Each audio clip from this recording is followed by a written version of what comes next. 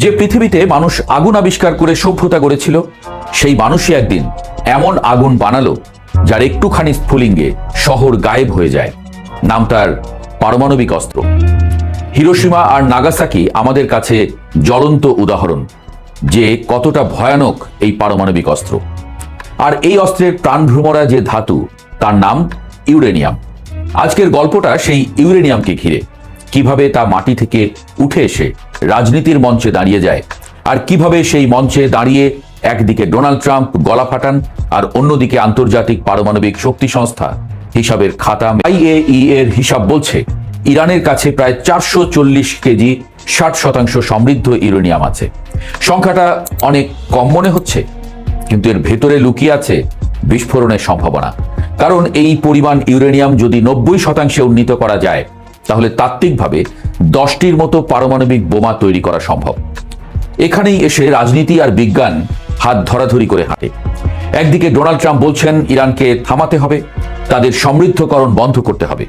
এই দাবি শুধু ট্রাম্পের না, বরং আমেরিকার যত প্রেসিডেন্ট ক্ষমতায় এসেছেন তাদের সবারই। অন্যদিকে ইরান বলছে তাদের কর্মসূচি শুধু বিদ্যুতের জন্য। এই দেশের কথার এই টানাপোড়েন নতুন নয়। 2015 সালের পারমাণবিক চুক্তি, তারপর 2018 সালে যুক্তরাষ্ট্রের সরে যাওয়া, সব মিলিয়ে এক অদ্ভুত দাবা খেলা চলছে। কিন্তু দাবার গুটির মতোই এখানে সময় গুরুত্বপূর্ণ। বিজ্ঞানীরা হিসাব করে বলছেন, যদি কারো কাছে ইতোমধ্যে 60% সমৃদ্ধ ইউরেনিয়াম থাকে, তাহলে সেটিকে 90% নিতে সময় লাগতে পারে মাত্র কয়েক সপ্তাহ। ম্যাসাচুসেটসের অধ্যাপক টেড পস্টল এই হিসাব দিয়ে বলেছেন, যেখানে 0 থেকে 60% যেতে লাগে বছর, সেখানে 60 থেকে 90% যেতে লাগে মাত্র 4 থেকে 5 সপ্তাহ। এটা যেন রান্নাঘরের গল্প। ভাত বসাতে সময় লাগে, কিন্তু একবার সেদ্ধ হয়ে গেলে ভাত জাউ হয়ে যেতে সময় লাগে না। ইরানের ক্ষেত্রেও একই কথা। তাদের কাছে শুধু আধুনিক IR-6 সেন্ট্রিফিউজই নেই, হাজার হাজার পুরনো যন্ত্রও আছে। এই যন্ত্রগুলো একসঙ্গে কাজ করলে যে পরিমাণ সেপারেটিভ ওয়ার্ক ইউনিট তৈরি হয়, তা দিয়ে দ্রুত সমৃদ্ধকরণ সম্ভব। আর এই প্রক্রিয়া এমন নয় যে বিশাল কারখানা লাগবে। একটা ছোট অ্যাপার্টমেন্টের জায়গাতেও এটা করা সম্ভব। এই জায়গাটাতেই ভয়টা সবচেয়ে বেশি। কারণ একটি দেশ যদি চায়, খুব গোপনে এই কাজটা চালিয়ে যেতে পারে, এমনকি ভূগর্ভস্থ স্থাপনাতেও। ফলে বাইরে থেকে বোমা মেরে সব ধ্বংস করে দেওয়া যায়, এই ধারণাটাও পুরোপুরি ঠিক নয়। ইরানের পররাষ্ট্রমন্ত্রী আব্বাস আরাঘচি একবার বলেছিলেন, প্রযুক্তিকে বোমা মেরে ধ্বংস করা যায় না। কথাটা শুনতে আবেগীয় মনে হলেও ভেতরে আছে কঠিন বাস্তবতা। কারণ প্রযুক্তি একবার আয়ত্তে এলে তার সহজে হারিয়ে যায় না। এখন প্রশ্ন আসে, ইরান কি সত্যিই বোমা বানাবে? না, এর উত্তর সরল নয়।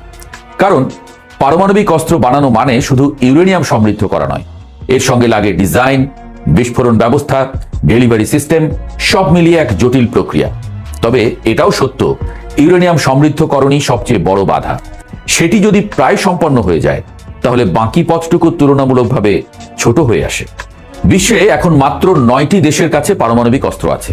এর মধ্যে সবচেয়ে বেশি রয়েছে রাশিয়া ও যুক্তরাষ্ট্রের কাছে। বাকিদের মধ্যে চীন, ফ্রান্স, যুক্তরাজ্য, ভারত, পাকিস্তান, উত্তর কোরিয়া, আর এক রহস্যময় নাম ইসরায়েল, যারা কখনো স্বীকারও করে না, অস্বীকারও করে না। এই তালিকায় ইরানের নাম নেই। কিন্তু প্রশ্নটা হলো, কতদিন নেই? কারণ বাস্তবতা বলছে ইরান এখন থ্রেশহোল্ড স্টেট, অর্থাৎ এমন এক অবস্থানে এসে দাঁড়িয়েছে যেখান থেকে চাইলে খুব দ্রুত অস্ত্র তৈরি করার পথে হাঁটা সম্ভব। আর এই অবস্থাটাই আন্তর্জাতিক রাজনীতির সবচেয়ে ভয়ের জায়গা। একদিকে পশ্চিমা দেশগুলো চায় ইরানকে থামাতে, অন্যদিকে ইরান মনে করে এটি তাদের অধিকার।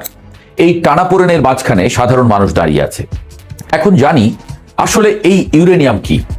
ইউরেনিয়ামকে যদি আপনি একরকম লাজুক ধাতু ভাবেন, তবে ভুল করবেন না। এটি প্রকৃতিতে আছে, কিন্তু এমনভাবে লুকিয়ে থাকে যে তাকে কাজে লাগাতে হলে বেশ কিছু কৌশল জানা চাই। পাথরের ভেতর থেকে তাকে বের করা, তারপর ধাপে ধাপে তাকে বদলে ফেলা। একসময় সেই ধাতুই হয়ে ওঠে বিদ্যুৎ কেন্দ্রের জ্বালানি, আবার কখনো হয়ে ওঠে বোমার প্রাণ। প্রথমে আসে ইয়েলো কেক। নাম শুনে মনে হতে পারে মিষ্টান্ন, কিন্তু বাস্তবে এটি গাঢ় রঙের এক ধরনের পাউডার। তারপর রাসায়নিক প্রক্রিয়ায় তা হয় সবুজ লবণ, সেখান থেকে সাদা স্ফটিক, আর শেষে গ্যাসে রূপান্তরিত হয়ে ঢুকে পড়ে সেন্ট্রিফিউজ নামের যন্ত্রে। এই সেন্ট্রিফিউজগুলো এমনভাবে ঘোরে যেন পৃথিবীর সব ঝড় একসঙ্গে এসে ভিড় করেছে। প্রতি সেকেন্ডে হাজারবার ঘুরে তারা ভারী আর হালকা কণাকে আলাদা করে ফেলে।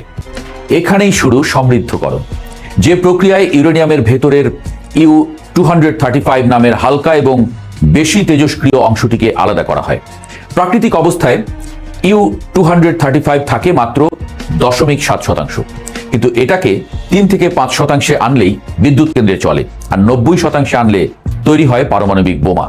এই হিসাবটাই আসলে নাটক, কারণ 0.7 থেকে 20% ওঠা মানে পাহাড়ে চড়া। কিন্তু একবার যদি 60% পৌঁছে যাওয়া যায়, তাহলে 90% যাওয়া অনেকটা পাহাড়ের চূড়া থেকে নিচে নামার মতো সহজ। এই কথাটাই এখন ইরানকে নিয়ে সবচেয়ে বড় উদ্বেগ। শেষমেশ কথা একটাই, ইউরেনিয়াম সমৃদ্ধকরণ কোনো সাধারণ বিজ্ঞান নয়, এটি ক্ষমতার ভাষা। যে এই ভাষা জানে সে বিশ্ব রাজনীতিতে নিজের জায়গা তৈরি করে নিতে পারে, আর যে জানে না সে অন্যের কথায় মাথা নেড়ে যায়। ইরান এখন সেই ভাষা শিখে ফেলেছে।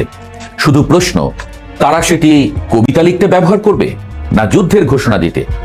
এখন আপনার কি মনে হয়, ইরানের কি পারমাণবিক অস্ত্র বানানো উচিত?